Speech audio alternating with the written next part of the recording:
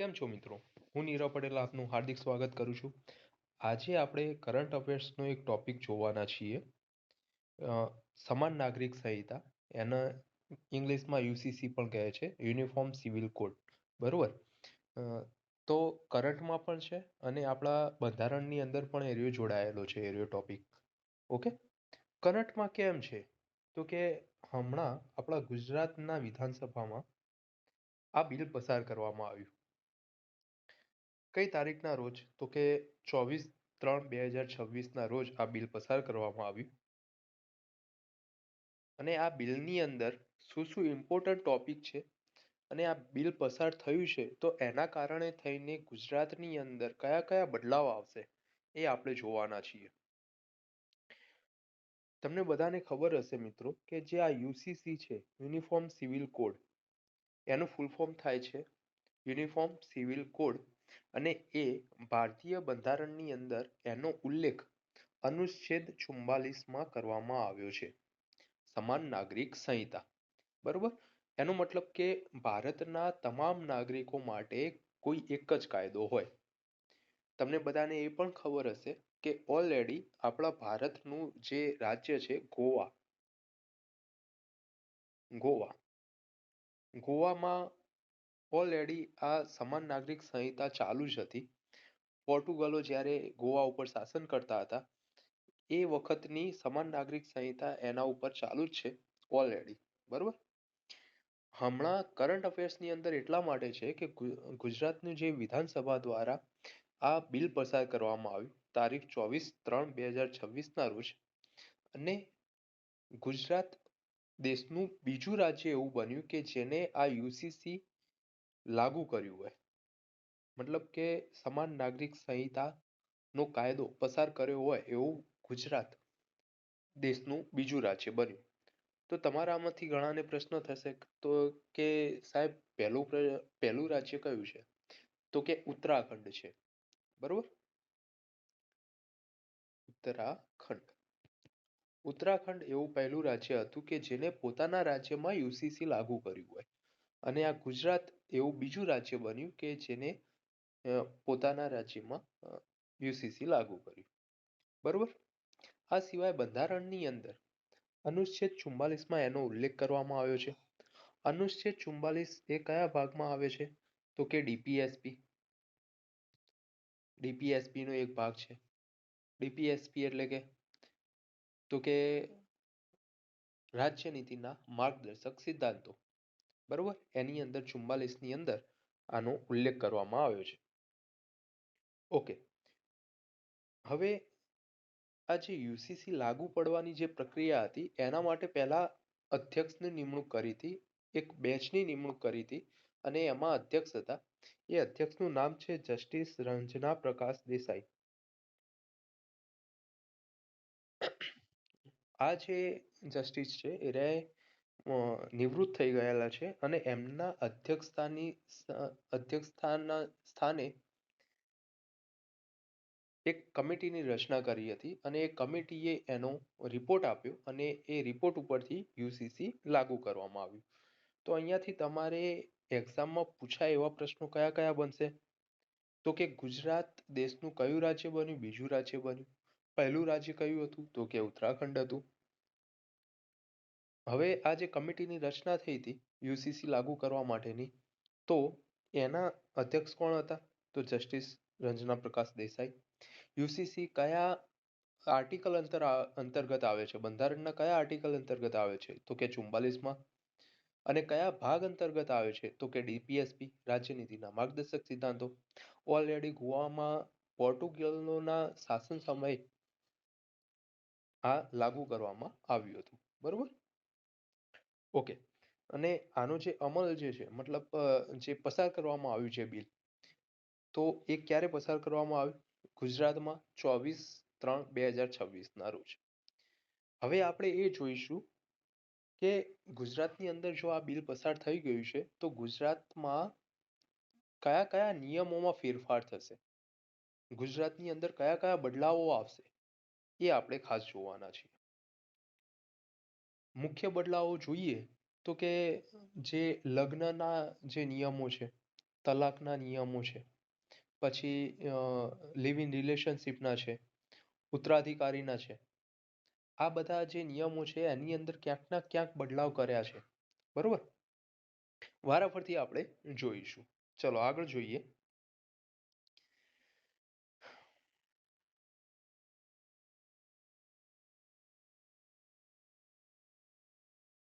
Okay, ચલો. UCC ના મુખ્ય 3 આધાર સ્તંભો છે. યુસીસી જે લાગુ કર્યું એની અંદર મુખ્ય 3 આધાર સ્તંભો છે. કયા કયા? સમાનતા અને એકરૂપતાને આધારે 3 ભાગ પાડવામાં આવ્યા છે. એટલે મતલબ કે મેન 3 પાર્ટનો અંદર સમાવેશ કરવામાં આવ્યો છે. કયા કયા છે? તો કે વિવાહ અથવા તો લગ્ન અને તલાક. શું કર્યું છે? તો કે લગ્નની નોંધણી એનો ઉલ્લેખ કરવામાં આવ્યો છે.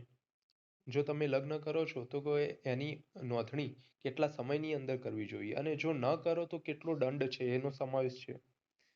કેટલીક કુપ્રથાઓ જે છે, જે રૂઢિઓથી ચાલી આવે છે, એના ઉપર રોક લગાવી દેવામાં આવ્યો છે, એને સમાપ્ત કરી દેવામાં આવેલી છે. બરોબર, અને કાયદાકીય રીતે છૂટાછેડાની પ્રક્રિયાનું મહત્વ આપવામાં આવેલું છે. ઓકે, આપણે વારાફરતી આગળ જોવાના છીએ. બીજું કે જે લિવ ઇન રિલેશનશીપ વાળા જે છે એમને પણ લીગલ કરાવી દીધું છે. અત્યાર સુધી શું હતું તો કે જે લિવ ઇન રિલેશનશીપમાં રહેતા હતા એ લીગલ ન હતા, એની જગ્યાએ આ કાયદો લાવીને એને લીગલ બનાવી દીધું. અને જો લિવ ઇન રિલેશનશીપમાં રહેવા માંગતા હોય જે છોકરો કે છોકરી હોય તો એ સમયબદ્ધ નોંધણી એમના દ્વારા જરૂરી છે. અને બાળકો આવશે એમના, તો એમને પણ કાનૂની અધિકારોની સુરક્ષા પ્રાપ્ત થશે, મતલબ કે એ લીગલ ગણાશે. બરોબર, ઓકે. આ સિવાય ઉત્તરાધિકાર અને સંપત્તિના કેટલાક રૂલ્સ અંદર લાગુ કરેલા છે. કયા કયા છે? લૈંગિક સમાનતા, આગળ આપણે જોઈશું કે જો કોઈ વ્યક્તિ હોય એનું મૃત્યુ થાય છે તો એની જે સંપત્તિ છે એ સંપત્તિ ઉપર એના છોકરાનો અને છોકરી બંનેનો સમાન પ્રકારે ભાગ રહેશે. ઇક્વલ એ એમની સંપત્તિ વેચાશે, છોકરી હશે તો પણ. બરોબર, અત્યાર સુધી કેવું થતું હતું કે જે પિતાજી હોય એમના ઉપર એમની જે સંપત્તિ હોય એમના ઉપર છોકરાનો અધિકાર વધારે રહેતો, પરંતુ હવે લીગલ કરી નાખ્યું છે કે છોકરા અને છોકરી બંનેમાં સરખો સરખો ભાગ એ સંપત્તિમાં વેચાઈ જાય. બરોબર, આ સિવાય મિલકતનું સમાન વિતરણ પણ થશે. એના પણ કેટલાક પ્રાવધાનોની અંદર જોગવાઈ કરવામાં આવેલી છે. વારાફરતી એક એક આપણે જોઈશું મિત્રો. જોઈએ આગળ. ઓકે, પ્રાવધાનો શું છે એ આપણે જોવાના છીએ. તો કે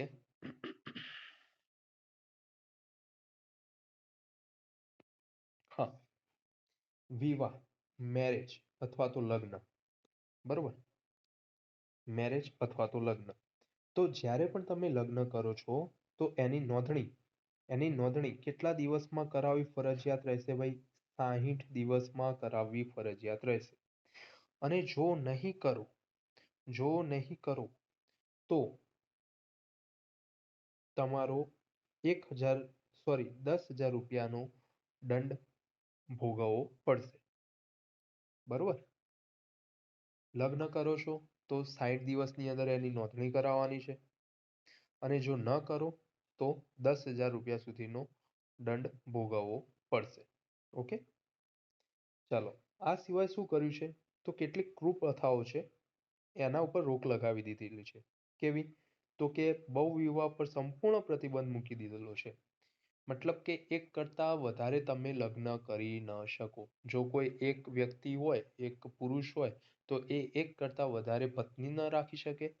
એક સ્ત્રી હોય તો એ એક કરતા વધારે પતિ ન રાખી શકે.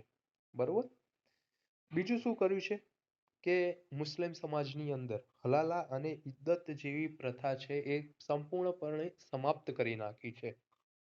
તમે કહેશો હલાલા એટલે શું? હલાલાની અંદર ઘણી જગ્યાએ એવું હોય છે કે જે મુસ્લિમ બહેનો હોય છે, મુસ્લિમ સ્ત્રીઓ હોય છે, એ કોઈ એમના પતિ સાથે તલાક લે છે, એના પછી એને ફરીથી એના એ જ અ, પુરુષ સાથે મેરેજ કરવા હોય તો પહેલા એ બીજા મેરેજ કરે, બીજા મેરેજ જેની સાથે કર્યા હોય એમના જોડેથી એ તલાક આપે, અને ત્યારબાદ પ્રથમ જે પુરુષ હતો, પ્રથમ એનો પતિ હતો, એની સાથે ફરીથી એ મેરેજ કરે, એને હલાલા કહેવાય છે. આ સિવાય ઇદ્દત જેવી પ્રથા. હવે ઇદ્દત શું છે? તો મુસ્લિમ સમાજની અંદર એવું હોય છે કે કોઈ વ્યક્તિ છે, કોઈ સ્ત્રી છે કે જેનો પતિ મૃત્યુ પામ્યો છે, વિધવા થઈ છે, તો એ ઓછામાં ઓછા 3 મહિના પછી કોઈ બીજા પુરુષ સાથે મેરેજ કરી શકે, એને ઇદ્દત કહેવાય છે. બરોબર? તો આ બંને પ્રથા સંપૂર્ણપણે નાબૂદ કરી નાખી છે, સમાપ્ત કરી નાખી છે. આ સિવાય શું કર્યું છે? તો તલાક અને સુરક્ષા. મતલબ કે જે વ્યક્તિગત અથવા રૂઢિગત કાયદાથી જે બધા તલાક આપતા હતા મુસ્લિમ સમાજની અંદર, એવું કહેવાતું કે ફક્ત 3 વખત તલાક તલાક તલાક બોલીએ એટલે છૂટાછેડા થઈ જાય પુરુષ અને સ્ત્રીના, મુસ્લિમ સમાજની અંદર. એની જગ્યાએ શું કરી નાખ્યું? તો કે ફક્ત ને ફક્ત કોર્ટના માધ્યમથી અથવા તો કાયદાકીય પ્રક્રિયાને આધારે જ તમે કોઈ અન્ય વ્યક્તિ કે કોઈ પુરુષ કે સ્ત્રીને તમે તલાક આપી શકો. ઓકે, ચાલો. વ્યક્તિગત કે રૂઢિગત કાયદાથી તલાક નહીં લઈ શકાય, પરંતુ ફક્ત કાયદા દ્વારા અથવા તો કોર્ટના માધ્યમથી જ તમે કોઈ બીજી અન્ય પુરુષ કે સ્ત્રી સાથે તલાક લઈ શકો. ઓકે, ચલો આગળ જોઈએ. તો કે આ જે નિયમ જે છે, આ નિયમનો જો ભંગ થાય છે તો આ મતલબ કે આ તલાકનો જે નિયમ છે એ નિયમનો ભંગ થાય છે, તમે કોર્ટના માધ્યમથી કાયદાકીય પ્રક્રિયા દ્વારા તલાક આપતા નથી, તો 3 વર્ષના જેલની જોગવાઈ કરવામાં આવેલી છે. ઓકે, આ સિવાય એક બીજો પણ નિયમ એડ કર્યો છે કે જબરદસ્તીથી કરેલ લગ્ન, કોઈ છોકરી અથવા તો છોકરાના વિરુદ્ધ, બરોબર, એના વિરુદ્ધ જબરદસ્તીથી કરેલ લગ્ન, તો એના માટેની 7 વર્ષના જેલની જોગવાઈઓ કરવામાં આવેલી છે. બરોબર, જો તમે તલાક કાયદાકીય પ્રક્રિયા દ્વારા નથી લેતા તો 3 વર્ષની જેલ, અને જબરદસ્તીથી કરેલ લગ્ન હોય તો 7 વર્ષની જેલની સજા કરવામાં આવેલી છે. છોકરા કે છોકરીના સંમતિ વગર જો તમે લગ્ન કરો છો એની સાથે તો 7 વર્ષના જેલની જોગવાઈ કરવામાં આવેલી છે. ઓકે, ચાલો અહીંયા સુધી ખબર પડી ગઈ હોય તો આપણે આગળ વધીએ. ચલો, બીજું શું કર્યું છે? Live in relationship. બરોબર, લિવ ઇન રિલેશનશિપની અંદર પણ કેટલાક બદલાવ કર્યા છે ગવર્મેન્ટ દ્વારા. શું કહ્યું છે? સૌથી પહેલા તો લિવ ઇન રિલેશનશિપ કોને કહીશું? તો કે કેટલાક છોકરા છોકરીઓ એવા હોય છે કે જેમને મેરેજ કરવા નથી હોતા પરંતુ સાથે રહેવું હોય છે, તો એને આપણે કહીશું લિવ ઇન રિલેશનશિપ. બરોબર, તો અત્યાર સુધી કોઈક જગ્યાએ તમે સાંભળ્યું પણ હશે, ચાલતું પણ હતું લિવ ઇન રિલેશનશિપ, પણ એ લીગલ નહોતું. આ કાયદા દ્વારા કાયદાની અંદર એનો ઉલ્લેખ કરીને એને લીગલ કરી દેવામાં આવ્યું. લિવ ઇન રિલેશનશિપની નોંધણી 30 દિવસની અંદર કરવી ફરજિયાત છે. બરોબર, જો તમે લિવ ઇન રિલેશનશિપમાં કરવા માંગતા હોય, રહેવા માંગતા હોય તો 30 દિવસની અંદર એની નોંધણી કરાવવી ફરજિયાત છે. જો નહીં કરાવ તો શું થશે? જો નહીં કરાવ તો ₹10,000 સુધીનો દંડ થશે. ઓકે, હવે એમ વિચારો કે કોઈ છોકરો કે છોકરી છે, લિવ ઇન રિલેશનશિપમાં રહેતા હોય અને એમના દ્વારા કોઈ બાળકનો જન્મ થયો, તો એ જન્મેલા બાળક જે છે એક કાનૂની ગણાશે, મતલબ કે લીગલ ગણાશે, બરોબર. અને એમને કાયદેસરનો જે ઉત્તરાધિકાર પ્રાપ્ત થતો હશે એ એને મળશે, બરોબર છે. તો લિવ ઇન રિલેશનશિપ માટે શું કર્યું? 30 દિવસની અંદર ફરજિયાતપણે નોંધણી કરાવવી. ન કરાવી હોય તો એના માટે 10,000 રૂપિયા સુધીનો દંડ છે. અને એમના દ્વારા જો બાળકનો જન્મ થાય તો એ બાળક એક કાયદેસરનો ઉત્તરાધિકાર પ્રાપ્ત કરશે, મતલબ કે લીગલ ગણાશે. ઓકે, ચલો હવે બીજો શું સુધારો કર્યો છે? સુધારો તો ન કહેવાય, પરંતુ બીજો કયા પ્રાવધાનોની જોગવાઈઓ કરેલી છે? તો ઉત્તરાધિકાર અને સંપત્તિ માટે કેટલાક પ્રાવધાનોની જોગવાઈ કરેલી છે. સૌથી પહેલા આપણે જોઈએ કે સમલૈંગિક સમાનતા. સમલૈંગિક સમાનતાની અંદર શું કર્યું છે? તો કે પૈતૃક સંપત્તિ એટલે કે આપણા પૂર્વજો તરફથી મળેલી જે સંપત્તિ હોય એ સંપત્તિ ઉપર પુત્ર અને પુત્રી આ બંને માટે સમાન અધિકાર ગણાશે. એ બે વચ્ચે કોઈ ભેદભાવ રાખવામાં નહીં આવે, એ પુત્ર હોય કે એ પુત્રી હોય. જે પૂર્વજોની સંપત્તિ એમને મળી હશે એનો સમાન ભાગમાં એનો હિસ્સેદાર ગણાશે, પુત્ર અને પુત્રી બંને. ઓકે, એ સિવાય બીજું શું છે? તો કે વસિયતનામું કોઈને લખ્યું નથી, બરોબર. ડેથ વિધાઉટ વિલ થાય છે. વસિયતનામું લખ્યું નથી અને કોઈ મનુષ્યનું મૃત્યુ થાય છે તો એમની જે સંપત્તિ છે એ સંપત્તિના હકદાર કોણ કહેવાશે? તો એ સંપત્તિના હકદાર એના માતા પિતા હશે, કાં તો પછી એમના સ્પાઉસ એટલે કે એમના જીવનસાથી હશે, અથવા તો એમના બાળકો ચિલ્ડ્રન હશે. એનો મતલબ કે આ ત્રણની અંદર એમની સંપત્તિ વેચાઈ જશે. ઓકે, વસિયત વગર મૃત્યુ થવા પર એમની જે મિલકત હોય, કોઈ વ્યક્તિ હોય, કોઈ ઘરનો મોભી હોય અને એમનું મૃત્યુ થઈ જાય છે, એમને વસિયતનામું લખ્યું નથી, તો એમની મિલકતનું સમાન પ્રકારે વિતરણ થશે. કોના કોના વચ્ચે? તો કે માતા પિતા વચ્ચે, જીવનસાથી અને એમના બાળકો વચ્ચે. આવો પ્રાવધાનની જોગવાઈ કરવામાં આવી છે. ઓકે, ચલો આટલી જોગવાઈઓ કરેલી છે ગવર્મેન્ટ દ્વારા અને આટલા ફેરફારો થશે આપણા ગુજરાતની અંદર, આટલા બદલાવો થશે. એને શોર્ટમાં એક વખત ફરીથી આપણે જોઈ લઈએ મિત્રો. તો કે જે લિવ ઇન રિલેશનશિપમાં રહેવા માંગતા હોય એમને 30 દિવસની અંદર નોંધણી કરવાની છે. જો ન કરે તો 10,000 રૂપિયા સુધીનો દંડ છે. આ સિવાય જો લગ્નની નોંધણી કરાવવાની હોય તો 60 દિવસ સુધીમાં નોંધણી કરાવી લેવી, નહીં તો 10,000 રૂપિયા સુધીનો દંડ છે. જો ગેરકાયદેસર તલાક લીધો હોય કોર્ટની બહાર, એટલે કે કાયદાકીય પ્રક્રિયાને અનુસર્યા ન હોય અને એમને તલાક લીધેલો હોય તો એ તો સંપૂર્ણ પ્રતિબંધ છે અને એના કારણે થઈને 3 વર્ષ સુધીની જેલ થઈ શકે છે. જો જબરદસ્તીથી કરેલ લગ્ન હોય, મતલબ કે કોઈ સ્ત્રી કે પુરુષ સામે એની ઈચ્છા વિરુદ્ધ જો લગ્ન કરવામાં આવે છે તો એ સંપૂર્ણ પ્રતિબંધ છે. પરંતુ જો કરે છે તો એના માટે 7 વર્ષની કડક જેલની સજાનું જોગવાઈ કરવામાં આવેલી છે.